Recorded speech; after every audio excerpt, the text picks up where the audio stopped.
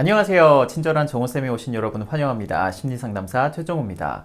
지난 시간에 아이들의 게임 조절력을 키워주려면 부모가 게임을 같이 하면서 부모 자신이 아이들에게 적절한 게임 조절 모델이 되어줘야 된다는 말씀을 드렸었습니다. 만약에 그 영상을 안 보신 분이 계신다면 상단에 나와 있는 배너를 눌러서 이전 영상을 보고 오시면 좋을 것 같아요. 그렇게 제가 말씀드렸음에도 불구하고 아무래도 쉽지 않겠다고 생각하시는 분들을 위해서 오늘은 어떻게 하면 아이와 게임을 재밌게 할 수 있을지, 그리고 힘들지만 같이 게임을 하면 뭐가 좋을지 이런 것들을 좀 말씀드려 볼까 합니다.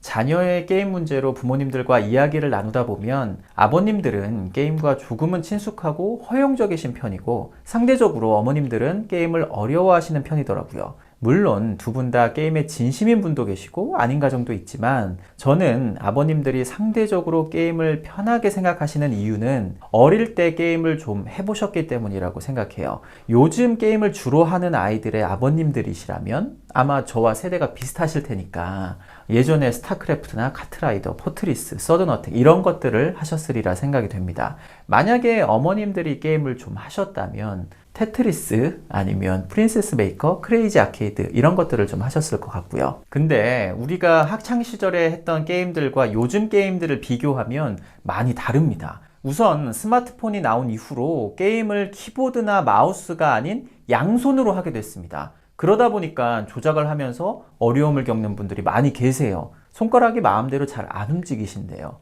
그리고 그래픽도 예전보다 좋아지면서 요즘 게임들을 딱 보면 예쁘다라는 생각도 들지만 바로 너무 정신없다, 복잡하다 이런 생각이 들기도 합니다. 포켓몬고라는 게임처럼 상대적으로 편안함을 주는 게임도 있지만 초등학생들이 많이 하는 카트라이더나 브롤스타즈 같은 걸 직접 해보시면 진짜 손이 말을 듣지 않으실 거예요.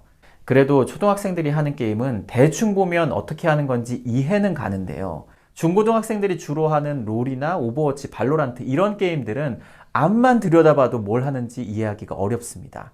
화면 전환이 너무 빨라서 1분만 쳐다봐도 흥미를 바로 잃게 돼요. 이런 이유로 포켓몬고까지는 아이랑 걸으면서 어찌어찌 하겠는데 다른 게임들을 시작하는 건 엄두도 안 나실 겁니다. 조작법을 익히고 규칙을 익혔다 하더라도 내 안에 가장 큰 장애물 하나를 더 넘으셔야 합니다. 내가 괜히 아이와 게임을 같이 했다가 아이가 게임을 더 많이 마음 놓고 대놓고 눈치도 안 보고 하는 거 아닐까? 그런 걱정을 하실 거예요. 부모가 같이 게임을 한다는 게 아이에겐 엄마 아빠가 게임을 인정하고 허용한다는 무언의 메시지로 해석될 수 있을 거라고 아마 생각하실 거예요.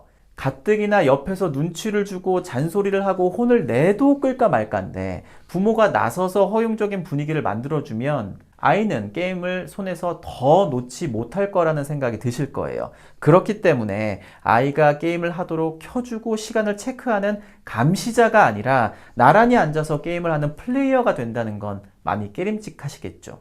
조작과 규칙이 어렵고 그동안 게임의 감시자의 입장이셨다 보니까 게임의 세계로 선뜻 들어가기가 어려우신 거 너무나도 이해가 됩니다. 그럼에도 불구하고 이런 난관을 잘 극복하셔서 아이와 같이 게임을 하셔야 됩니다. 제가 웬만하면 강력하게 이야기하지 않았는데 오늘은 조금 강력하게 말씀드리고 싶어요. 게임을 시작하려면 일단 앱을 다운받아야 합니다. 컴퓨터라면 프로그램을 다운받아야겠죠. 그걸 받는 것부터 어려울 수가 있습니다. 이름도 생소한 데다가 추천 게임들도 동시에 뜨기 때문에 다운받는 것부터 쉽지 않을 수 있어요. 다운받은 후에는 계정을 만드셔야 됩니다. 요즘엔 예전처럼 그냥 다운받는다고 바로 게임을 시작할 수가 없습니다. 제가 상담을 했던 부모님들께 게임 좀 해보시라고 권했을 때 집에서 게임과 친해지기 위해 노력은 좀 하셨는데 계정 만들다가 많이들 멈추시더라고요. 아무튼 포기하지 않고 계정을 만드셨다면 이제 튜토리얼을 해야 됩니다. 게임과 친해지는 연습 단계예요. 근데 아마 게임을 하지 않으셨던 분이라면 튜토리얼을 한다고 해서 게임과 바로 친해지지 않을 수도 있습니다. 그러고 나서 본 게임을 하실 수가 있어요. 본 게임도 게임 모드가 다양한 경우가 많고 튜토리얼에서 알려주지 않은 부분도 많기 때문에 본 게임을 하면서 이게 뭐지? 내가 잘하고 있나? 전혀 재미지 않고 힘들고 어렵네. 그만 끄고 싶다. 이런 생각이 밀려오실 수 있어요. 만약에 혼자 게임을 배우는 게 어렵다면 전문가에게 도움을 요청해 보세요. 게임과 친해지는 가장 쉽고 강력한 방법은 게임 전문가에게 게임을 배우는 겁니다. 전문가는 바로 여러분 집에 있어요. 우리 아이들입니다. 만약 아이에게 엄마가 게임을 좀 해보려고 하는데 알려줄 수 있어? 라고 물어보면 잘 가르쳐 줄 겁니다. 시행착오를 좀 덜 경험하실 거고요. 혼자 하는 것보다는 둘이 하기 때문에 게임의 재미를 조금 더 느끼실 수 있을 거예요.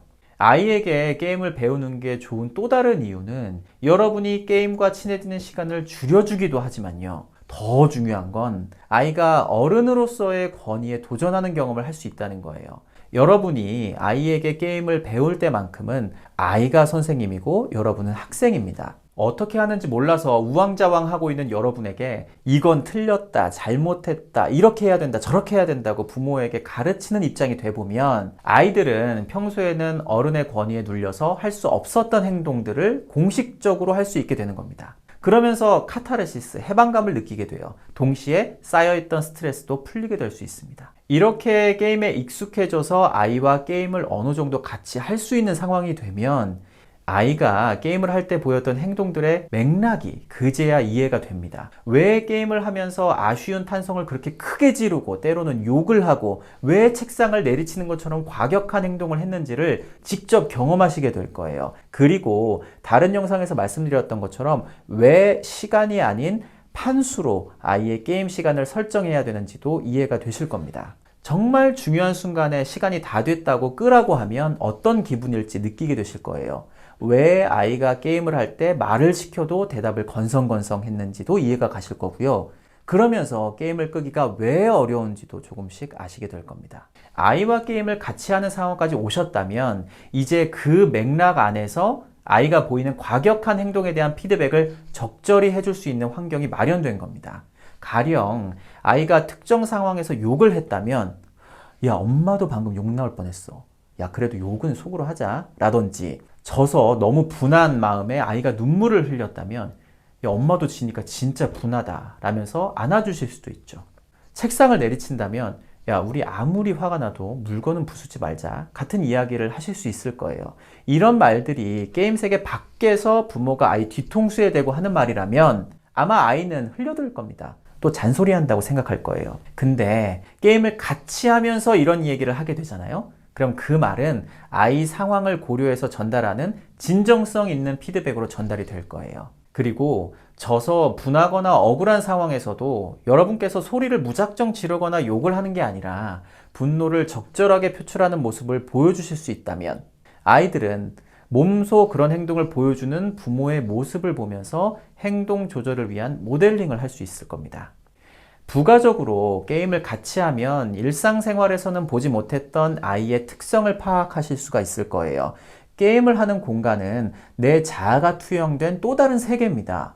그렇기 때문에 아이의 성향이라든지 특성이 게임 공간 속에서 비교적 비슷하게 발현이 돼요.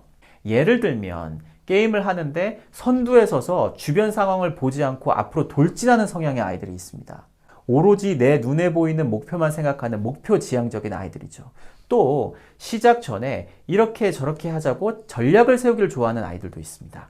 게임을 플레이하면서 앞으로 나가는 친구들 뒤에서 도와주는 아이도 있고요.